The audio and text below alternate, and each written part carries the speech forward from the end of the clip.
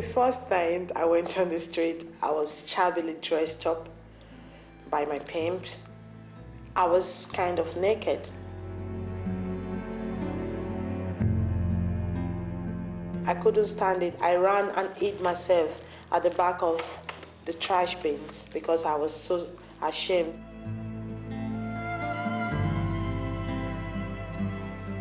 I was so depressed, very sad, but there was nothing I could do. I still go back there every day.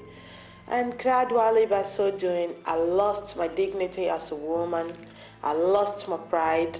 The woman in me went out and I became wild.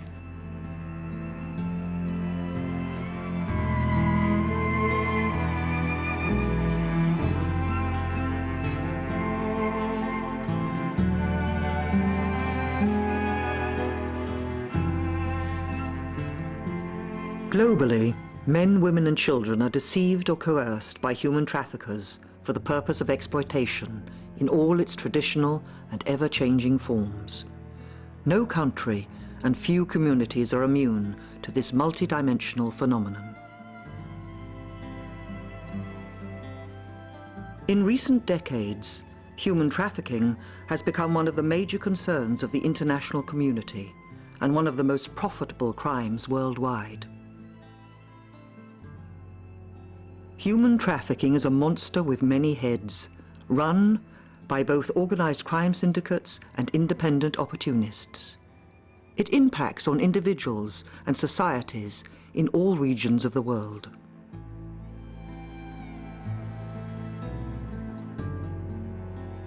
There are many indications that most people who are trafficked are never identified as trafficking victims or provided with any form of assistance. At its core, human trafficking is a process that results in the exploitation of people.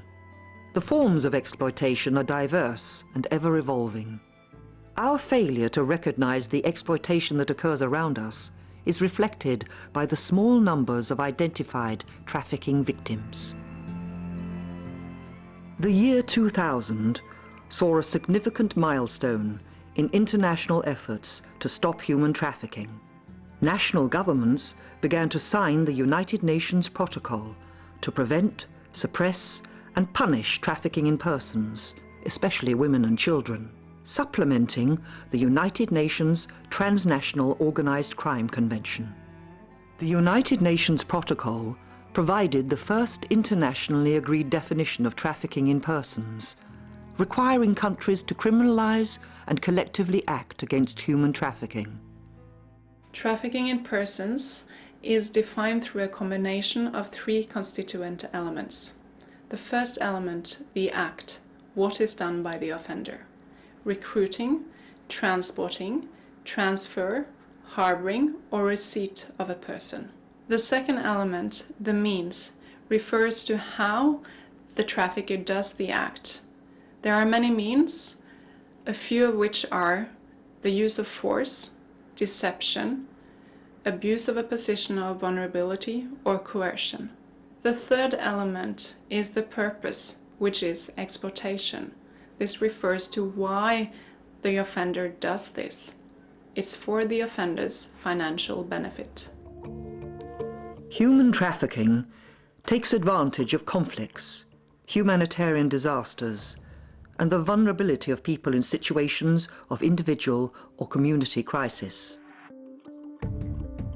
Traffickers scout for potential victims, targeting men, women and children in countries where there is war, civil unrest, persecution of minority or racial religious groups, natural disaster, economic collapse, corruption and poverty, or a lack of opportunities or hope.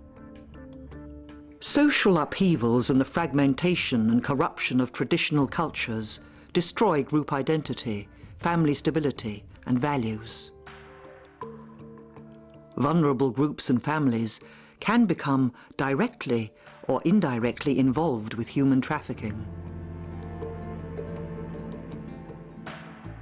Joy was first trafficked within her own country, aged 10, for domestic servitude, and later sold by her boyfriend to be trafficked to Europe for prostitution. I came from a very poor home. My parents are very poor. They don't have any money.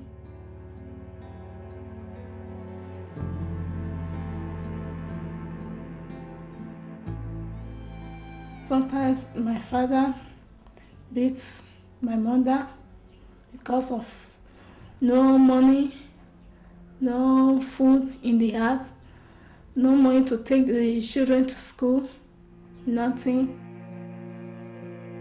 Children are trafficked globally into any area where profits can be made, ruthlessly exploited into a wide range of work, denying them an education, robbing them of their dignity, and exposing them to dangerous work, damaging their physical and mental health.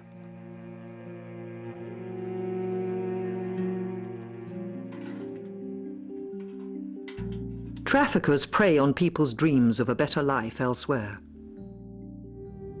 Natasha lived with her grandparents, and as the oldest sister in a flock of young children, she was the main breadwinner, with responsibility for the whole family. Her friend introduced her to a trafficker who regularly visited their village and promised her work abroad. Recrutorul nu întotdeauna este și traficantul, adică recrutorul este persoana care face oferta sau face propunerea de a pleca peste hotare. În calitate de recrutor poate fi orice persoană, indiferent de gen, pot fi și femei și bărbați, uneori chiar familii sunt în rolul de recrutor. La fel, poate fi o persoană cunoscută, fie că e vorba de o persoană din comunitate, fie că este vorba de o persoană chiar de un grad de rudenie. Am avut cazuri când în calitate de recrutor au fost chiar proprii părinți în cazul traficului de minori. Unlike drugs and weapons, human beings can be sold or re-trafficked countless times, making investment in one individual exceedingly profitable.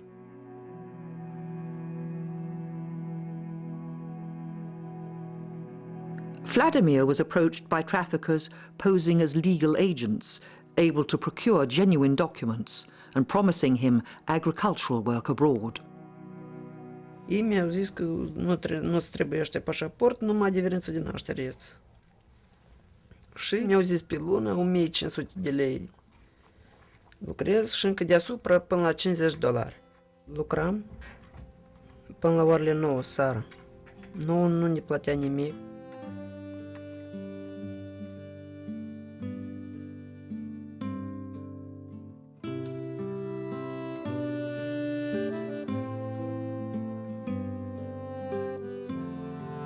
Trafficking may involve the exploitation of persons who sell their organs to criminals. Da, după ce am venit acasă, vroiam să lucrez ceva și nu puteam. Și mă gândeam, că puteți să lucrează, dar eu nu pot lucra. Dar că nu știam cum, deodată când m-am dus, cum a și dar pe urmă, am văzut și îmi pare rău, dar nu puteai întoarce nimic înapoi.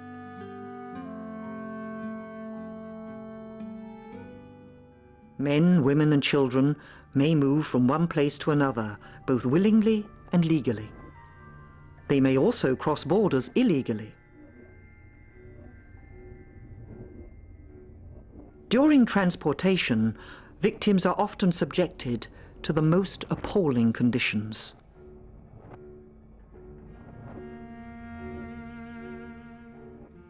Every conceivable form of transport can and is used, exposing both smuggled migrants and trafficked persons to considerable dangers and indignities.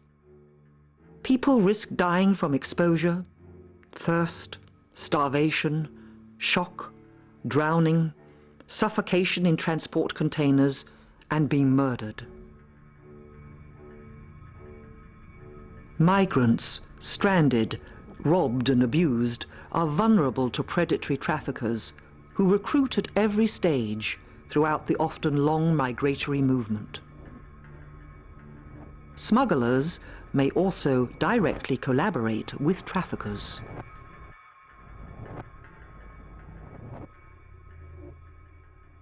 Physical abuse is not the only form of control method used by traffickers. After long periods of harsh treatment, some victims can become almost immune to direct physical violence. Therefore, many different forms of psychological pressure are used by traffickers, who, for example, threaten the victim's family at their home.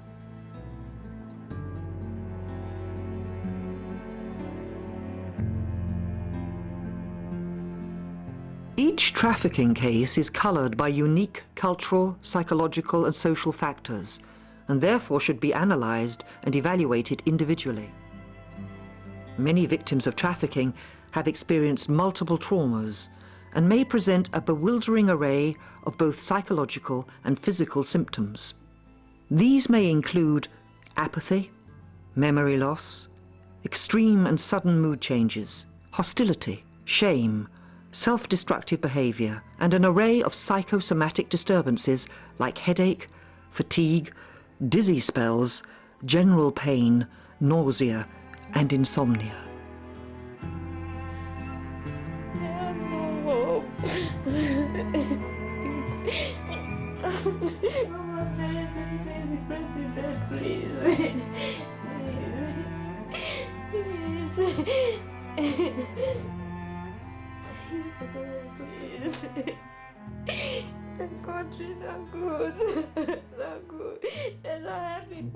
A woman will come in and say, you know, I was tricked to come over here. I thought I was going to be getting this well-paid job as a waitress. I got paid, I didn't get paid, but I was going to get paid when I was here, send money back for my family, really improved their life. When I got here, I got gang raped by the people that took me over. I got raped by the people I was sold to. I then get made to have sex with 20 people a day. And then the officer says, oh, I see you've got a false passport there. And focuses on the passport. It's incredible. How can you do that? But it's happening in all countries around the world. And the traffickers are laughing at us because we're just playing into their hands. We've got to focus on the traffickers. To do that, we've got to look after the victims. To do that is just simple, basic human rights. What you'd expect of people in your family, how you'd expect them to be treated, that's all you need to do.